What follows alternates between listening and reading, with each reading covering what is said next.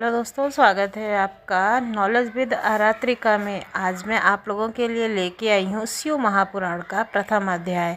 जैसा कि हम सभी जानते हैं कि शिवरात्रि आने वाली है और शिवरात्रि में अगर शिव महापुराण नहीं पढ़ा तो क्या पढ़ा। तो आइए सुनते हैं शिव महापुराण का प्रथम अध्याय। श्री शौनक जी ने पूछा, महाज्ञानी सूत जी, आप संपूर्ण सिद्धांतों के ज्ञाता हैं, कृपया मुझसे पुराणों के सार का वर्णन करें। ज्ञान और वैराग्य सहित भक्ति से प्राप्त विवेक की वृद्धि कैसे होती है तथा साधु पुरुष कैसे अपने काम, क्रोध आदि विकारों का निवारण करते हैं। इस कलयुग में सभी जीव आसुरी स्वभाव के हो गए हैं, अतः कृपया करके मुझे ऐसे साधन बताइए जो कल्याणकारी व मंगलकारी हों तथा पवित्रता लिए हुए हों। प्रभु, वह ऐसा साधन हो जिससे मनुष्य की शुद्धि हो जाए और उस निर्मल हृदय वाले पुरुष को सदैव के लिए शिव की प्राप्ति हो। श्री सूत जी ने उत्तर दिया, शौनक जी, आप धन्य हैं, क्योंकि आपके मन में पुराण कथा को सुनने के लिए अपार प्रेम व लालसा है, इसलिए मैं तुम्हें परम उत्तम शास्त्र की कथा सुनाता हूँ। वश्य संपूर्ण सिद्धांतों से संपन्न, भक्ति को बढ़ाने वाला तथा शिव जी को संतुष्ट करने वाला अमृत के समान दिव्य शास्त्र है शिव पुराण। इसका पूर्ण काल में शिव जी ने ही प्रवचन किया था। गुरुदेव व्यास ने सनकात कुमारों मुनि का उपदेश पा करके आदर पूर्वक इस पुराण की रचना की थी। यह पुराण कलयुग के मनुष्यों के हित का परम साधक है। शिव पुराण परम उत्तम शास्त्र है। इस पृथ्वी लोक में सभी मनुष्यों को भगवान शिव के विशाल स्वरूप को समझना चाहिए। इसे पढ़ना व सुनना सर्वसाधक है। यह मनोवांछित फलों का देने वाला है। इससे मनुष्य निष्पाप हो जाता है तथा इस लोक के सभी सुखों का उपभोग करके अंत में शिवलोक को प्राप्त होता है। शिव पुराण में 24,000 श्लोक हैं, जिसमें 7 संहिताएं हैं। शिव पुराण पर ब्रह्म परमात्मा के समान गति प्रदान करने वाला है। मनुष्य को पूरी भक्ति व संयम पूर्वक इसे सुनना चाहिए। जो मनुष्य प्रेम पूर्वक नित्य इसको बाँचता है या इसका पाठ करता है, वह निसंदेह पूर्णात्मा है। भगवान शिव उस विद्वान पुरुष पर प्रसन्न होकर उसे अपना धाम प्रदान करते हैं। प्रतिदिन आदर पूर्वक शिव पुराण का पूजन करने वाले मनुष्य संसार में संपूर्ण भोगों को भोग कर भगवान शिव के पद को प्राप्त करते हैं। वे सदा खुशी रहते हैं। शिव पुराण में भगवान शिव का सर्वस्व है। इस लोक और परलोक में सुख की प्राप्ति के लिए आदर पूर्वक इसका सेवन करना चाहिए। यह निर्मल शिव पुराण धर्म, अर्थ, काम और मोक्ष रूप चारों पुरुषार्थों को देने वाला है, अतः सदा प्रेम पूर्वक इसे सुनना व पढ़ना चाहिए। आइए सुनते हैं दूसरा अध्याय। देवराज को शिवलोक की प्राप्ति।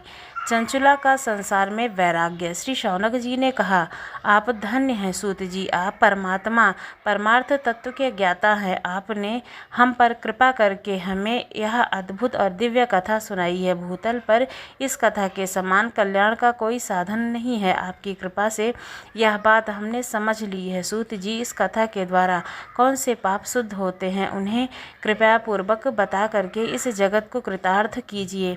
सूत जी बोले, मुने, जो मनुष्य पाप, दुराचार तथा काम, क्रोध, मद, लोभ में निरंतर डूबे रहते हैं, वे भी शिव पुराण पढ़ने अथवा सुनने से शुद्ध हो जाते हैं तथा उनके पापों का पूर्णतः नाश हो जाता है। इस विषय में मैं तुम्हें एक कथा सुनाता हूँ।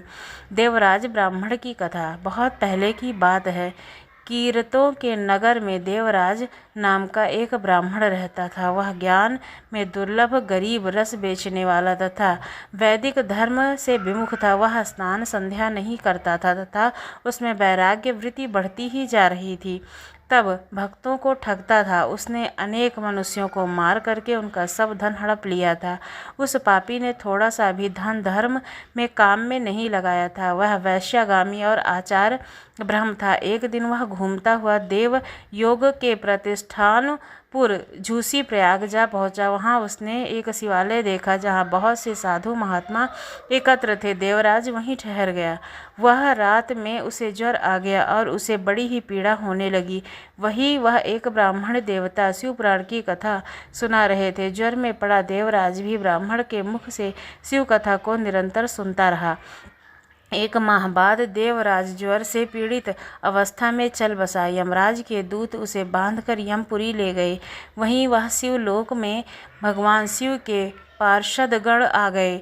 वे कपूर के समान उज्ज्वल थे। उनके हाथ में त्रिशूल, संपूर्ण शरीर पर भस्म और गले में रुद्राक्ष की माला उनके शरीर की शोभा बढ़ा रही थी। उन्होंने यमराज के दूतों को मार पीट करके देवराज को यमदूतों के चंगुल से छुड़ा लिया और वे उसे अद्भुत विमान में बिठा करके जब कैलाश पर्वत पर ले जाने लगे तो यमपुरी में कोलाहल मच गया। उसे सुनकर यमराज अपने भवन से बाहर आए। साक्षात रुद्रों के समान प्रतीत होने वाले इन दूतों का धर्मराज ने विधि पूर्वक पूजन का ज्ञान दृष्टि से सारा मामला जान लिया। उन्होंने भय के कारण भगवान शिव के दूतों से कोई बात नहीं कही, पर तत्पश्चात शिव दूत देवराज को लेकर कैलाश चले गए और वहां पहुंचकर उन्होंने ब्राह्मण को करुणावतार भगवान शिव के हाथों में सौंप दिया। शौनक जी ने कहा, महाभाग सूत जी, आप सर्वज्ञ हैं। आपके कृपा प्रसाद से मैं कृतार्थ हुआ। इस इतिहास को सुनकर मेरा मन आनंदित हो गया। अतः भगवान शिव में प्रेम बढ़ाने वाली दूसरी कथा कहिए। आइए सुनते हैं तीसरा अध्याय, विदुंग ब्राह्मण की कथा। श्री सूत जी बोले, शौनक सुनो, मैं तुम्हारे सामने एक अन्य गोपनीय कथा का वर्णन करता हूँ, क्योंकि तुम शिव गणों में आग्रह व वेद वेत्याओं में श्रेष्ठ हो। समुद्र के निकटवर्तीय प्रदेश में बालक्य नामक गांव है। वहाँ वैदिक धर्म से विमुख महापापी मनुष्य रहते हैं। वे सभी दुष्ट हैं तथा उनका मन दूषित विषय भोगों में ही लगा रहता है। वे देवताओं एवं भाग्य पर विश्वास नहीं करते हैं। वे सभी कुटिल वृत्ति वाले हैं। किसान कहते हैं कि विभिन्न प्रकार के अस्त्र शस्त्र रखते हैं। वे अभिचारी हैं। वे सब इस बात से संपूर्ण अनजान हैं कि ज्ञान, वैराग्य तथा धर्म कि मनुष्य के लिए क्या पुरुषार्थ है।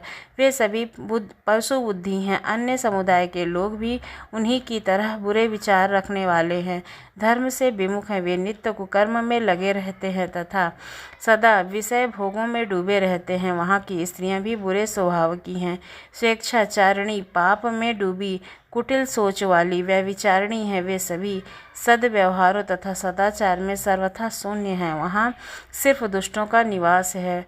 वास्कल नामक गांव में विदुंग नाम का एक ब्राह्मण था। वह अधर्मी, दुर्मात्मा एवं महापापी था। उसकी स्त्री बहुत ही सुंदर थी। उसका नाम चंचुला था।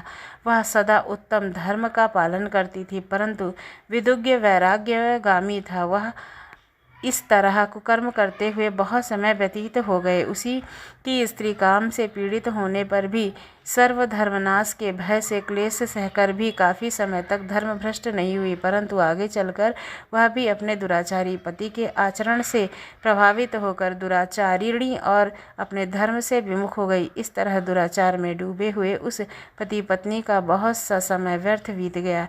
वैराग्यगामी दूषित बुद्धि वाला वह दुष्ट ब्राह्मण विदुग्ध समयानुसार मृत्यु को प्राप्त हुआ, नरक में चला गया। परंतु दिनों तक नरक के दुखों को भोग कर वह मूढ़ी बुद्धि पापी विंध्याचल पर भयंकर पिशाच हुआ। इधर उस दुर्गामी विदुग के मर जाने पर वह चंचला नामक स्त्री बहुत समय तक पुत्रों के साथ अपने घर में रहती रही। पति की मृत्यु के बाद वह भी अपने धर्म से गिरकर अन्य पुरुषों के संग रहने लगी थी। सतियां विपत्ति में भी अपने धर्म का पालन करना नहीं छोड़ती। यही तो तप है। तप कठिन तो होता है, लेकिन इसका फल मीठा होता है। विषयी इस सत्य को नहीं जानता, इसलिए वह विषयों के विषफल का स्वाद लेते हुए भोग करता है। एक दिन देव योग से किसी पुण्य पर्व के आने पर वह अपने भाई बंधुओं के साथ गोकर्ण क्षेत्र में गई। उसके तीर्थ के जल में स्नान किया तथा बंधुजनों के साथ यत्र तत्र घूमने लगी। घूमते घूमते वह देव मंदिर में गई। वहाँ उसने एक ब्राह्मण के मुख से भगवान शिव की परम पवित्र तथा मंगलाकारी कथा सुनी।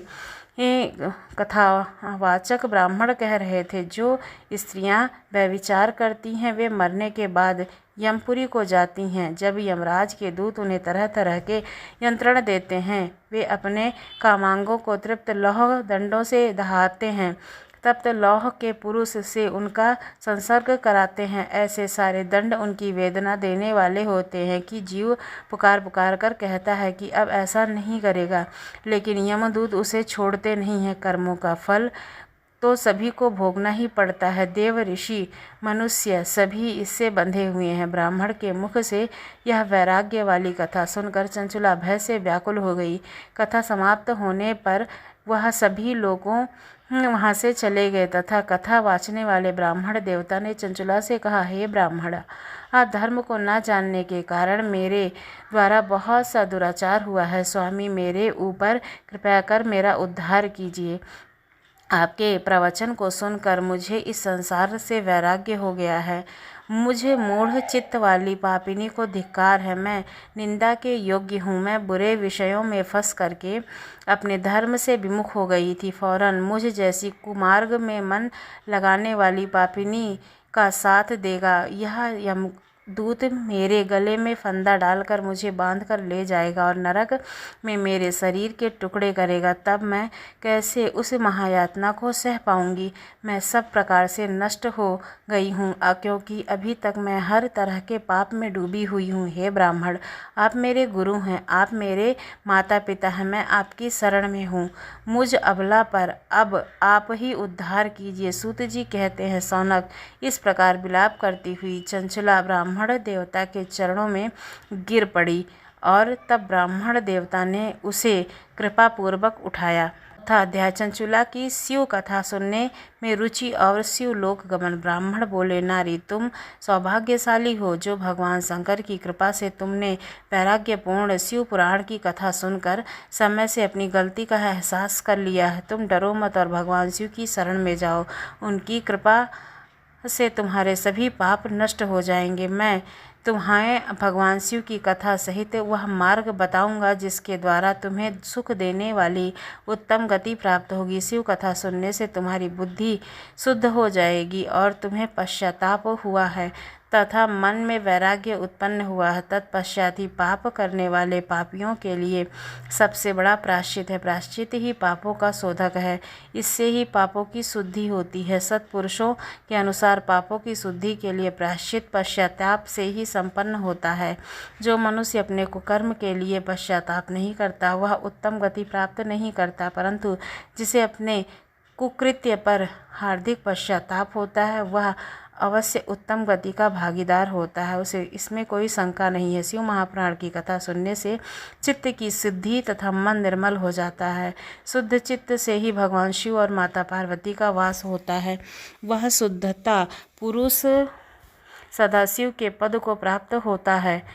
इस कथा का श्रवण सभी मनुष्यों के लिए कल्याणकारी होता है। इसकी आराधना व सेवा करनी चाहिए। यह कथा भवबंधन रूपी रोग का नाश करने वाली है। भगवान शिव की कथा सुनकर हृदय में उसका मनन करना चाहिए। इससे चित्त की शुद्धि होती है। चित्त शुद्धि होने से ज्ञान और वैराग्य के साथ महेश्वर की भक्ति निश्चय ही प्रकट होती है तथा उनके अनुग्रह से दिव्य मुक्ति प्राप्त होती है। जो मनुष्य माया के प्रति आसक्त है वह इस संसार के बंधन से मुक्त नहीं हो पाता है। ब्राह्मण पत्नी, तुम अन्य विषयों से अपने मन को हटाकर भगवान शंकर की इस परम पावन कथा को सुनो, तो इससे तुम्हारे चित्त की शुद्धि होगी और तुम्हें मोक्ष की प्राप्ति होगी। जो मनुष्य निर्मल हृदय से भगवान शिव के चरणों का चिंतन करता है उसकी एक ही जन्म में मुक्ति हो जाती है। सूत जी कहते हैं, सौनक जी, यह कहकर वे ब्राह्मण चुप हो गए। उनका हृदय करुणा से भर गया। वे ध्यान में मग्न हो गए। ब्राह्मण का उक्त उपदेश सुनकर चंचला के नेत्रों में आनंद के आंसू छलक आए। वह हर्ष भरे हृदय से ब्राह्मण देवता के चरणों में गिर गई और हाथ जोड़कर बोली, मैं कृतार्थ हो गई। हे ब्राह्मण, शिव भक्तों में श्रेष्ठ स्वामिनी, आप धन्य हैं। आप परमार्थदर्शी हैं और सदा परोपकार में लगे रहते हैं। साधो, हे नरक के समुद्र में गिर रही हूँ, कृपया कर मेरा उद्धार कीजिए। जिस पौराणिक व अमृत के समान सुंदर शिव महापुराण की बात आपने की है उसे सुनकर ही मेरे मन में वैराग्य उत्पन्न हो गया है। उस अमृतमयी शिव पुराण की कथा को सुनने से मेरे मन में बड़ी ही श्रद्धा हो रही है। कृपया आप मुझे सुनाइए। सूत जी कहते हैं, शिव पुराण की कथा सुनने की इच्छा मन में लिए हुए चंचला उस ब्राह्मण देवता की सेवा में वहीं रहने लगी। उस गोकर्ण नामक महाक्षेत्र में उन ब्राह्मण देवता के मुख से चंचला शिवपुराण की भक्ति, ज्ञान और वैराग्य बढ़ाने वाली, मुक्ति देने वाली परम उत्तम कथा सुनकर कृतार्थ हुई। उसका चित्त शुद्ध हो गया। वह अपने हृदय में शिव के सगुण रूप का चिंतन करने लगी। वह सदैव शिव के सच्चिदानंदमय स्वरूप का स्मरण करती थी। तत्पश्चात वह अपना समय पूर्ण होने पर चंचुला ने बिना किसी कष्ट से अपना जीवन त्याग दिया। उसे लेने के लिए एक दिव्य विमान आ पहुंचा। वह विमान शोभा साधकों से सजा हुआ था तथा शिव गणों से सुशोभित था। चंचुला विमान में शिवपुरी पहुंची। उसके सारे पाप धुल गए थे। वह दिव्यांगना हो गई थी। वह गौरांगी देवी मतंग पर अर्धचंद्र का मुकुट व अन्य दिव्य आभूषण पहने शिवपुरी पहुंची। वहां उसने सनातन देवता त्रिनेत्रधारी महादेव शिव को देखा। सभी देवता उसकी सेवा में भक्ति भाव से उपस्थित थे। उनकी अंग कांति करोड़ों सूर्यों के समान प्रकाशित हो रही थी। 5 मुख और हर मुख में 3-3 नेत्र थे। मस्तक पर अर्धचंद्र मुकुट शोभायमान हो रहा था। कंठ में नील चिन्ह था। उसके साथ में देवी गौरी विराजमान थी, जो विद्युत पुंज के समान प्रकाशित हो रही थी। महादेव की कांति कपूर के समान गौर थी। उनके शरीर पर श्वेत वस्त्र थे तथा शरीर श्वेत भस्म से युक्त था। इस प्रकार भगवान शिव के परम उज्जवल रूप के दर्शन पर चंचुला बहुत प्रसन्न हुई। उसके भगवान को बारंबार प्रणाम किया और हाथ जोड़ करके प्रेम और आनंद और संतोष से युक्त हो विनीत भाव से खड़ी हो गई।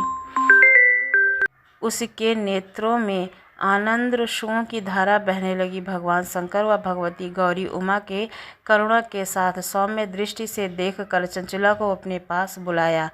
गौरी उमा ने उसे प्रेम पूर्वक अपनी सखी बना लिया। चंचुला सुखपूर्वक भगवान शिव के धाम में उमा देवी के सखी के रूप में निवास करने लगी।